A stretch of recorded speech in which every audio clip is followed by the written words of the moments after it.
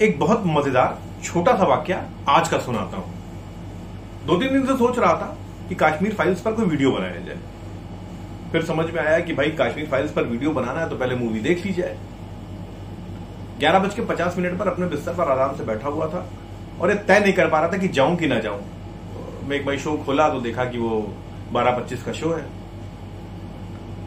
पासी में एक मल्टीप्लेक्स है तो बहुत टाइम लगता नहीं है। बुकिंग टिकट पे गया तो देखा कि 3 सीटें बाकी हैं। क्या कि करा लूं, फिर ऐसा ना हो कि ना जाऊं। अब मन एकदम उधेड़-बुन में, करूं ना करूं, इसी सब चक्कर में 12:10 हो गया। 12:10 पे कहा नहीं अब चलना ही है। कूद के उठा। अब इस 20 मिनट के जो दिमाग में उधेड़-बुन बनी हुई थी, निर्णय वाली अनिर्णय वाली, उससे नतीजा ये हुआ कि ये सोचना ही भूल गया कि ये 3 ही टिकट बचे हैं तो घर से ही बुक कर लूं। खैर भागता दौड़ता 12:26 पर टिकट काउंटर पे पहुंच गया और कहा टिकट, उनका टिकट तो खत्म हो गया। अच्छा 4-5 मिनट वहां भी मेरा नंबर आने में लगा तो फाइनली साहब टिकट नहीं मिला और मैं इतना बड़ा सा मुंह लगा के वापस आ गया। तो ये जो स्थिति है ना अनिर्णय वाली, रास्ते पर सोचता हुआ आया कि आखिर हासिल क्या रहा। भागता हुआ गया भी, टिकट भी नहीं मिला और सिर्फ क्यों? अनिर्णय की वजह से।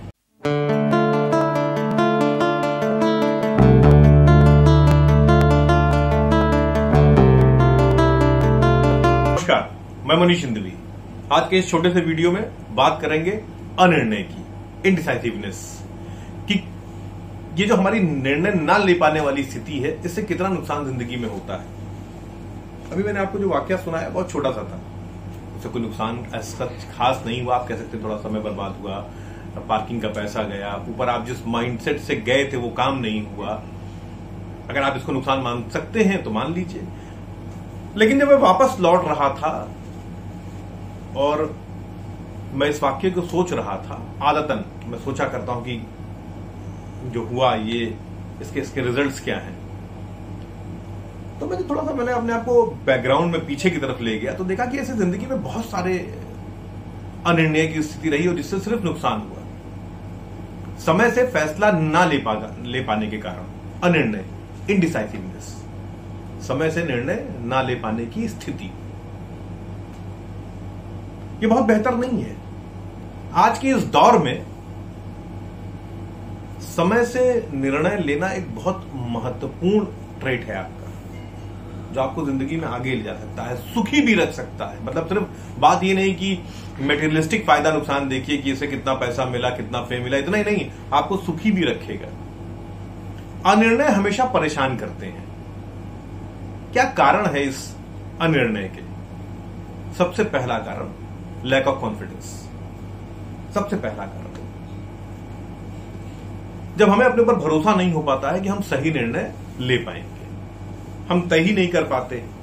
क्यों? क्योंकि भाई जाहिर सी बात है, जब आप अपने ऊपर भरोसा नहीं करते हैं तो आप किसी परिस्थिति को देखकर ये कैसे सोचेंगे कि आप निर्णय सही ले रहे हैं कि गलत ले रहे हैं। तो लैक ऑफ कॉन्फिडेंस एक बहुत बड़ी,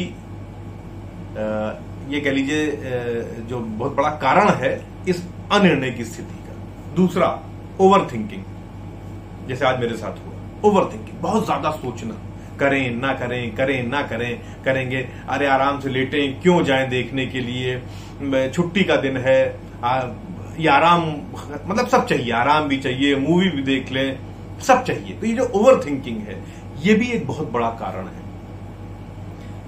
तीसरा है फियर ऑफ फेल्यूर, असफल हो जाने का डर।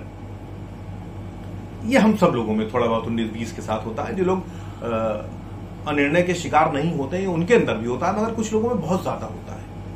वो निर्णय सिर्फ इसलिए नहीं ले पाते हैं कि साहब हम फेल ना हो जाए, कुछ गलत ना हो जाए, सारे लोग खुश तो रहेंगे। तो ये जो एक स्थिति है ना, ये भी बड़ी खराब है, ये भी एक बड़ा कारण है अनिर्णय का। चौथा, लोग क्या सोचेंगे, व्हाट विल दे थिंक। कहीं एक बार कहीं पढ़ा था कि सबसे बड़ा रोग क्या कहेंगे लोग।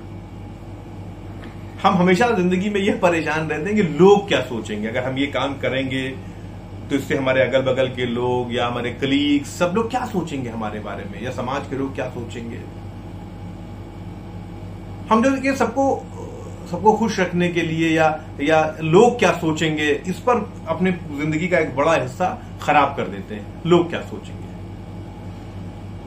5वें नंबर पर है डिसीजन फटीग, मतलब निर्णय की थकान।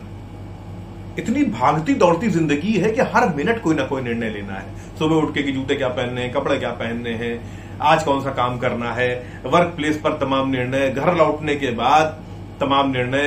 ये कहते हैं ना निर्णय लेने की थकान, डिसीजन फटीग। थक जाता है दिमाग सोचते सोचते, तो एक समय के बाद सरेंडर कर देता है कि जाओ नहीं सोचेंगे। एक है इम्पोस्टर सिंड्रोम। इम्पोस्टर सिंड्रोम का मतलब कि एक इंटरनल एक्सपीरियंस है, ये सो हम बिलीव करने लगते हैं कि लोगों का अति विश्वास हमारे ऊपर है और हमको अपने ऊपर उतना विश्वास नहीं है।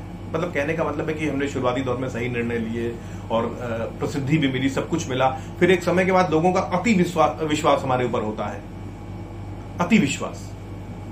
अब हम डरने लगे, अंदर से घबराने लगे कि साहब हमारे हर डिसीजन पर सैकड़ों लोगों की नजर है, हजारों लोगों की नजर है, लाखों लोगों की नजर है। तो फिर वो एक अनिर्णय की स्थिति बन जाती है। इसको कहते हैं इम्पोस्टर सिंड्रोम। सबसे इंपॉर्टेंट बात है कि अब इसका हल क्या है, कैसे इस इनडिसाइसिवनेस से बाहर निकला जाए, इस अनिर्णय की स्थिति से कैसे बाहर निकला जाए। सबसे पहली बात, don't overthink, don't try to overthink. मतलब बहुत ज्यादा मत सोचिए क्या होगा क्या नहीं होगा, क्या आउटकम होंगे, मत सोचिए। एक बहुत मुझे याद आता है, बहुत पहले एक मूवी आई थी, उसका एक डायलॉग था, फैसले नहीं उनके नतीजे गलत होते हैं।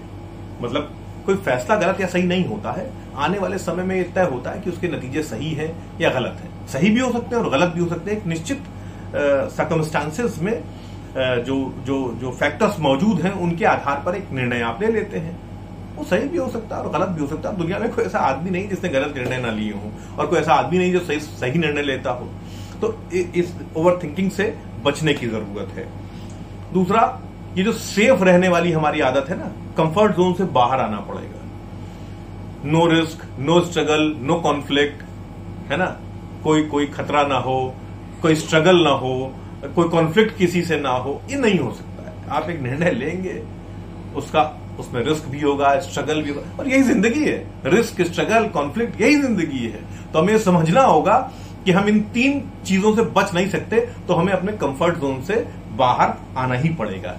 अगली बात, एक बैलेंस बनाइए अपने दिमाग में और अपनी गट फीलिंग, अपने इंस्टिंक्ट में एक बैलेंस बनाना पड़ेगा। दिमाग क्या कह रहा है और आपका इंस्टिंक्ट क्या कह रहा है, उसके बीच में आपको एक संतुलन साधना पड़ेगा। तभी आप कोई निर्णय ले पाएंगे।